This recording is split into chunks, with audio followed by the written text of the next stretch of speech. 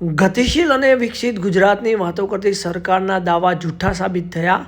ખેડબ્રહ્માના ધ્રોઈ ગામમાં આદિવાસી પરિવારોએ 3 કિલોમીટર ડુંગર અને પથ્થરો કાપીને રસ્તો જાતે બનાવવા મજબૂર બનવું પડ્યું। વાત જાણે એમ છે કે ખેડબ્રહ્માનું ધ્રોઈ ગામ છે જ્યાં આઝાદીના 78 વર્ષ બાદ પણ પાણી અને રસ્તાઓની સુવિધાથી લોકો વંચિત છે।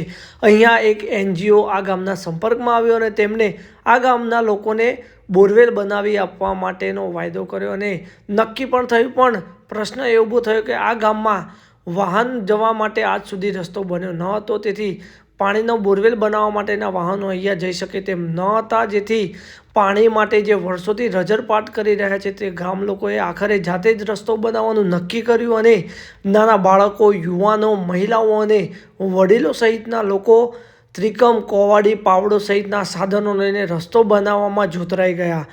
મસ્ત મોટા પહાડો અને ડુંગરો તોડી અને આ ગ્રામ લોકોએ છે તે રસ્તો બનાવ્યો।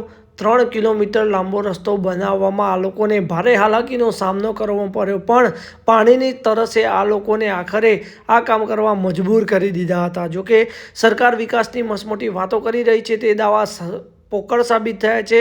આખરે આ લોકોએ 3 કિલોમીટર રસ્તો બનાવ્યા બાદ જે NGOએ મદદ કરવાની વાત કરી હતી તેમણે બોરવેલ મોકલી આપી અને અહીંયા હેડપંપ નખાવી અને આ ગ્રામજનોને પાણીની સુવિધા ઉપલબ્ધ તો કરાવી દીધી। પણ જવાબદાર સરકાર છે જે વોટ લેવાના ટાઈમે અહીંયા પહોંચી જાય છે તે જવાબદાર સત્તાધીશો આ લોકોને સુવિધાઓ પૂરી પાડવામાં નિષ્ફળ નીવડ્યા છે। અહીંના બાળકો અભ્યાસ છોડી રહ્યા છે તેનું મુખ્ય કારણ છે કે અહીંયા રોડ રસ્તાની વ્યવસ્થા નથી અને શાળાઓ બહુ દૂર હોવાને કારણે નાના બાળકોને અવર જવરમાં તકલીફ પડે છે અને ઉજ્જવળ ભારતનું ભવિષ્ય પણ બગડી રહ્યું છે તે સાબિત થયું।